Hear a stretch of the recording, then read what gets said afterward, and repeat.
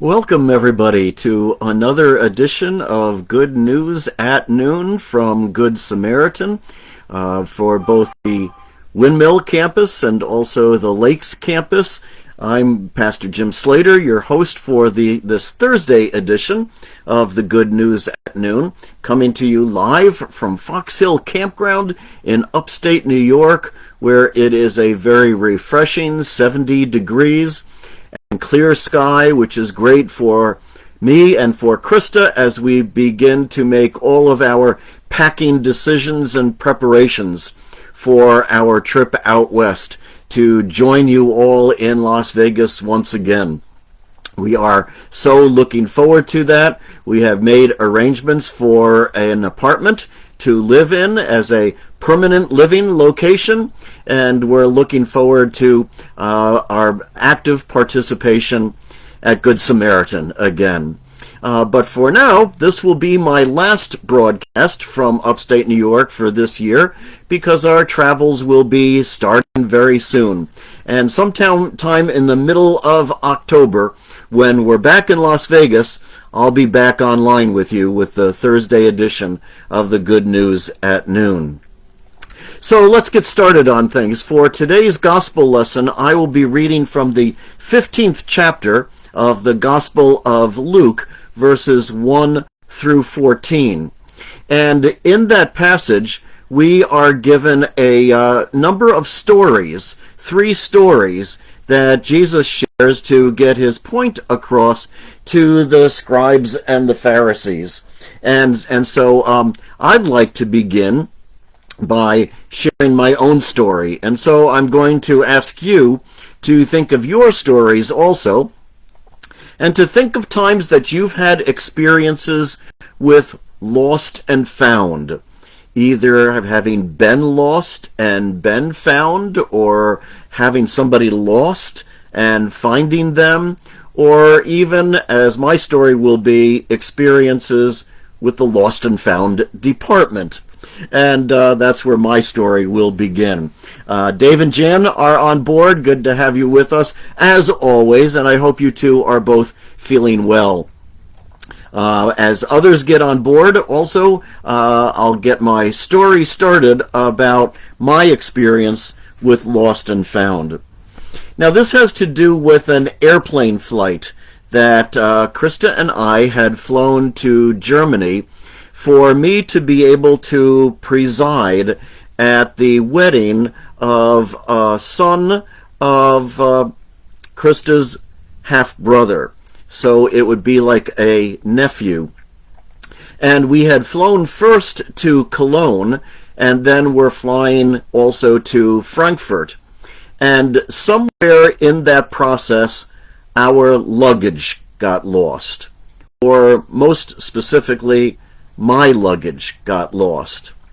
And we arrived in the Frankfurt area the day before the wedding, and I had none of my clergy dressing apparel, including my shirt and collar, and it was lost somewhere between New York City, Cologne, and Frankfurt. So we made many phone calls to find out that the suitcase had indeed been sent to Frankfurt and was in the process of being sent back to Cologne. Lynn, good to have you with us. Catherine, you may recognize some of these places where we travel in Germany. So having found that out, we asked that the luggage not go back to Cologne, but to be delivered to an address in the Frankfurt area, and they told us that it would take a couple of days. So instead, we said, we will be there to pick it up. And my brother-in-law, Bob, and I drove the 45-minute trip to Frankfurt Airport to be able to pick up my lost luggage. Well, they didn't quite know where the luggage was at the Frankfurt Airport. We went first to Lost and Found, thinking that that would be a good idea. but they deal with like trinkets that are left behind in planes or things that are found on the floor of the airport, and that they recommended that we go to the baggage claim area. So we crossed the entire airport to the baggage claim area, and they had no idea where the baggage might be, but gave us freedom to be able to go through the rooms of stored luggage and see if we could find my missing suitcase. So Bob and I went through 3 different rooms packed full of suitcases, and as best as we were able to determine, could not find my lost luggage. Finally, we reported that to people, and they said, well, there is a garage just outside of the terminal where we store our luggage ready to be delivered. Maybe it's out there. So we again crossed the entire length of the Frankfurt airport. We know it very well by now, and found this garage and got somebody to unlock it, and sure enough, inside was my suitcase. And so I was able to be fully dressed and fully prepared for the next day's wedding. Mandy, good to have you on board also.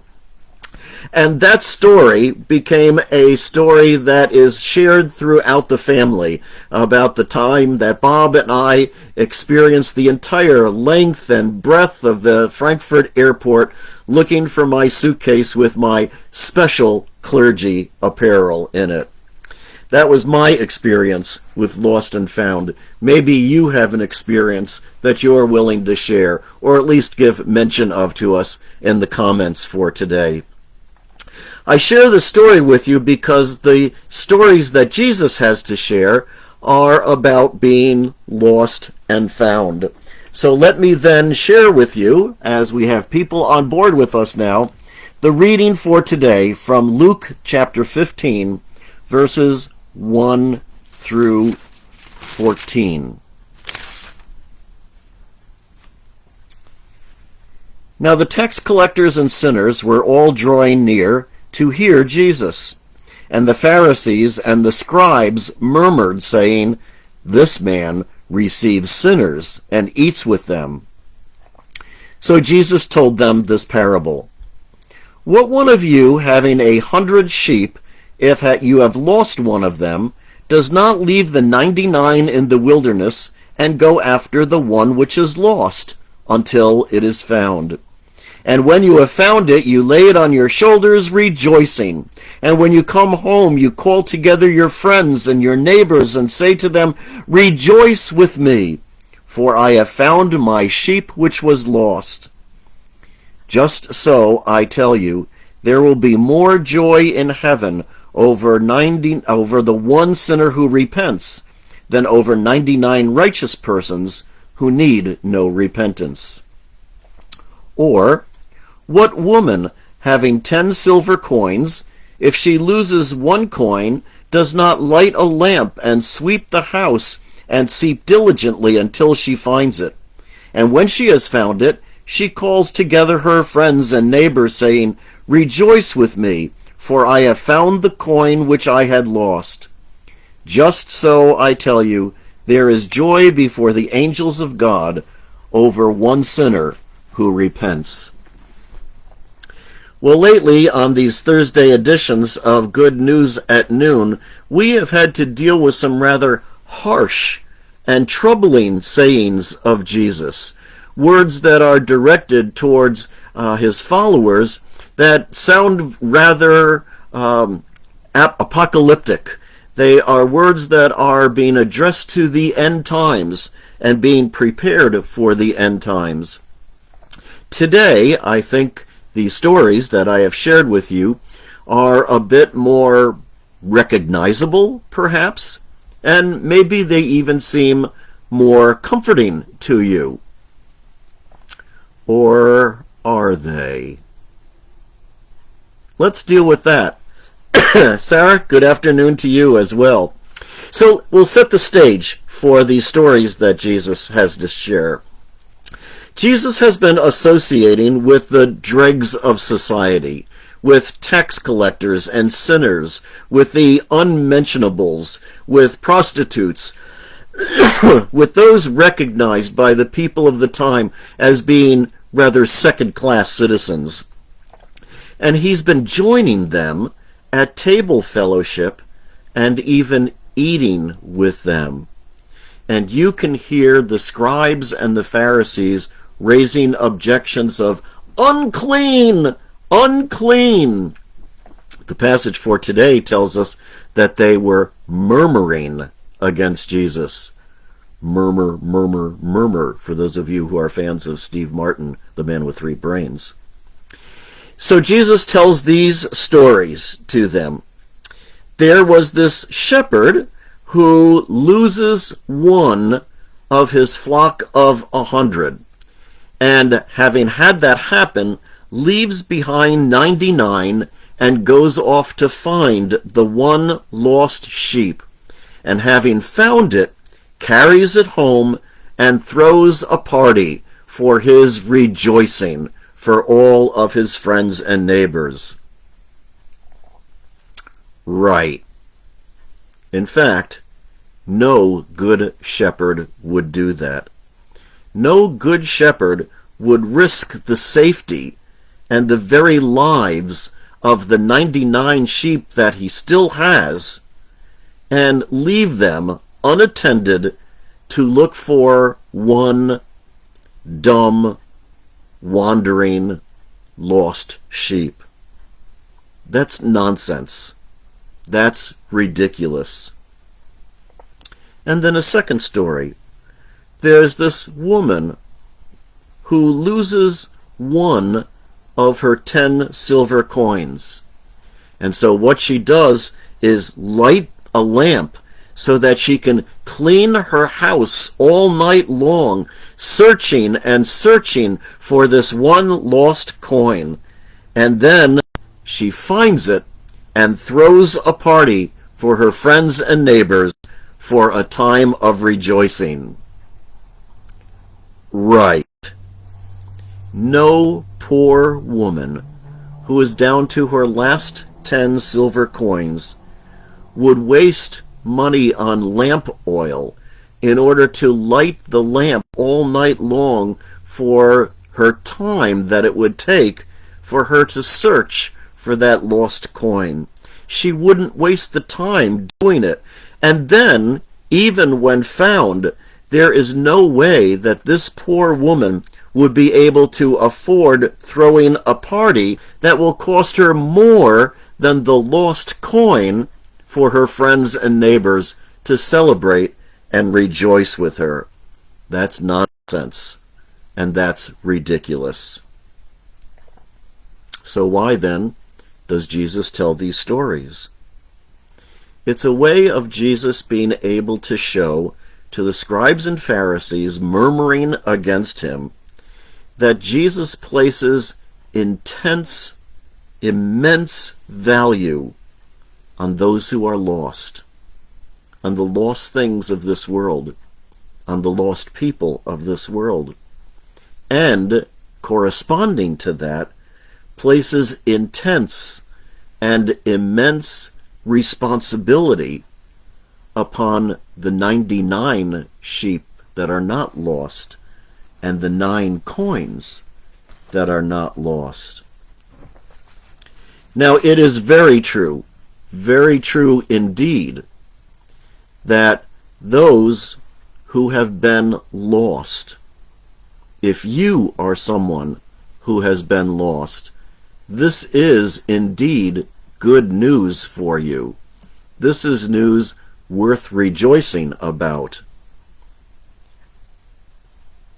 Perhaps you've been in that kind of a situation where it feels like your whole world is crashing in on you, when it feels like you are falling apart at the seams, when you are scared by the way things are happening around you, and when you are feeling worthless compared to others. It is good news to hear that Jesus places such high value on you, that Jesus will never stop searching for you, and that Jesus indeed will find you. And when he does, there will be great rejoicing in heaven. And if you are part of the 99, and that I assume is most of us who are listening to this broadcast right now, including myself, if we are part of the other 99, then these stories that Jesus tells are challenges. They are something that is spoken to those who are part of the already found. They are words that are spoken to those who are part of the following flock of the 99 others. They are spoken to those who are 9 of the valuable coins that are still left. You and we, you and I, are challenged by these stories to remain faithful in all circumstances, even when it may feel to us like we have been abandoned and left behind by God. We trust that at those times our good shepherd is seeking out the lost, the others. I always thought of this in terms of being a pastor and realizing that when it comes to the stories of the good shepherd who leaves behind the 99 to seek after the one lost, that I'm not sure I would ever be comfortable doing that. My call was to the people in the church, and as much as I wanted to reach out to others, I also had the responsibility of caring for those who were within the fold. I realized that I could not be the good shepherd. Only Jesus can be the good shepherd. And for those of us who are the remaining ones, for those who are part of the flock, we are challenged also to join in the rejoicing that when Jesus finds the one lost to be able to gather into the fold, that we join in the celebration and the rejoicing of that wonderful life discovered and saved. And when one lost is recovered, when one sinner is forgiven, when one other outside of our worship community is welcomed, then we are able to rejoice and give thanks to God. And that becomes our responsibility. So we are given a message today, a message about Jesus' promise and about Jesus' priority to seek out the lost and to rescue those who are left behind and to bring them back into the fold. And we are also given a message to those of us who are the 99 faithful sheep, the 9 remaining coins, that we have responsibility to remain faithful to our loving God and to rejoice with Jesus every time a fellow lost sheep, a fellow lost coin has been found and saved. Now, you might imagine that in my choosing of a hymn as a conclusion for today, you may have guessed what hymn it's going to be. I won't even announce to you the title of it, but I will tell you that it's number 779 in the Cranberry Hymnal, and the 5 verses of this hymn go as follows. Amazing grace, how sweet the sound that saved a wretch like me. I once was lost, but now am found, was blind, but now I see. 'Twas grace that taught my heart to fear, and grace my fears relieved. How precious did that grace appear the hour I first believed. Through many dangers, toils, and snares, I have already come. 'Tis grace has brought me safe thus far, and grace will lead me home. The Lord has promised good to me. His word my hope secures. He will my shield and portion be as long as life endures. When we've been there 10,000 years, bright shining as the sun, we've no less days to sing God's praise than when we first begun. I once was lost, but now I'm found. You once were lost, and now you're found. There are others still lost, and Jesus is seeking, looking for them, finding them, gathering them in, and calling us to rejoice. Give thanks to God. Amen. Folks, I'll be seeing you soon, middle of October in Las Vegas, and I'm looking forward to our reunion and for Krista and me to be able to set up a brand new home right there in Las Vegas. God's blessings to all of you. Thank you for joining us, both those who are online here and those who will be listening later on, either today or in the week to come. May God's blessings be with you all. Goodbye now.